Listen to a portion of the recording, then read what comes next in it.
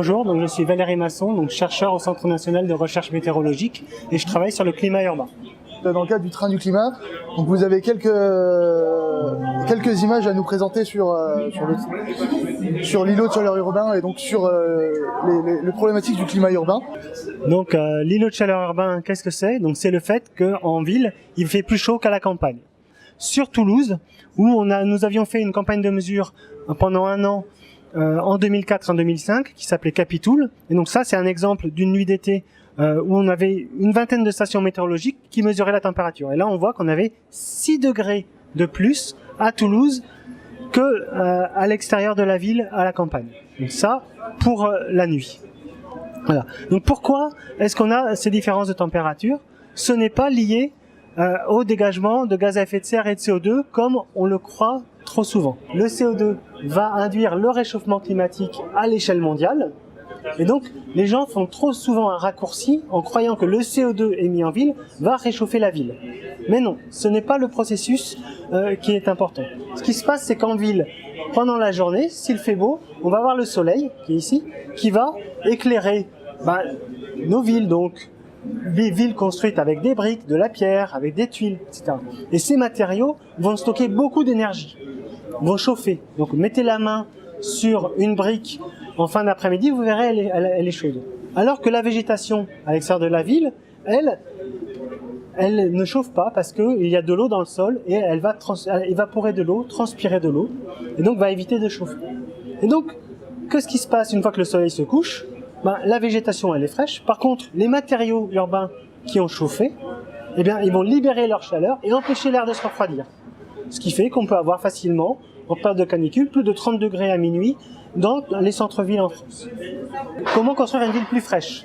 Sachant qu'une ville, il faut la construire, y penser maintenant, parce que dans 50 ans ou dans 100 ans, ce sera trop tard. Les bâtiments qu'on construit maintenant, ils seront encore là dans un siècle. Donc il faut dès maintenant penser à rafraîchir nos villes. Donc il y a une idée simple qui est de dire, une idée technologique qui est de dire, nous n'avons qu'à climatiser et on va régler le problème.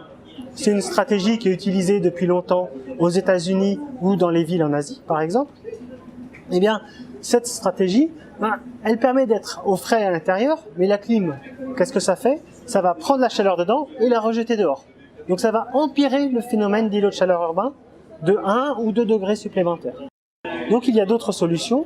Donc une qui est de densifier la ville, qui permet de limiter les émissions de gaz à effet de serre. Donc ça, c'est une stratégie pour limiter le réchauffement climatique. Par contre, les gens étant plus dans le centre de la ville vont, eux, être plus sensibles à l'îlot de chaleur urbain. Donc il faut là trouver un équilibre entre une ville très très dense et une ville peu dense. Une stratégie qui a fait ses preuves, c'est de végétaliser la ville. Remettre des arbres, remettre de l'herbe. Il y a des stratégies sur les toitures végétalisées, mais là, il faut plutôt privilégier à nouveau les arbres, donc qui permettent d'avoir des sols assez épais et donc beaucoup d'eau, qui permet au final, quand il fait chaud, de rafraîchir. Donc ça, c'est un exemple de simulation numérique, donc faite sur un super ordinateur, d'études d'impact sur la région parisienne, où en végétalisant tout ce qui est parking, trottoir, place, juste la moitié des parkings, trottoirs et places, on peut rafraîchir l'air de 2 à 3 degrés pendant la nuit. Un autre point important que l'on a trouvé dans les projets de recherche récents, c'est l'impact de nos comportements. C'est-à-dire, quand il fait très chaud, on peut, si on a la clim, l'utiliser uniquement modérément, ce qui limite les effets, les dégagements de chaleur à l'extérieur. On peut aussi, et c'est une habitude courante dans les pays méditerranéens et dans le sud de la France, fermer les volets en journée pour éviter que les bâtiments chauffent trop pendant la journée. Donc voilà, donc vous nous proposez de végétaliser les villes, mais dans les villes, elles sont déjà construites. Donc est-ce qu'il n'y a pas d'autres moyens de climatiser les villes pour limiter ce réchauffement? Parce que ça a l'air compliqué. Nos villes, c'est du béton et il n'y a pas trop de possibilités.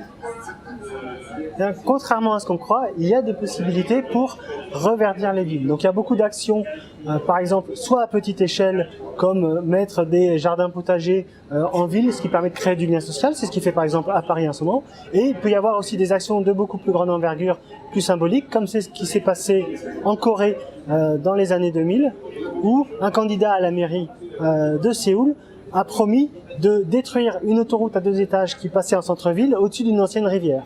Il avait promis de détruire l'autoroute et de faire revenir la rivière avec un parc autour. Il a été élu, il a tenu sa promesse électorale et il a reverdi donc le centre-ville de Séoul. Il y a des possibilités. Maintenant, c'est aux élus et à chacun d'entre nous de prendre ses responsabilités et de faire quelque chose.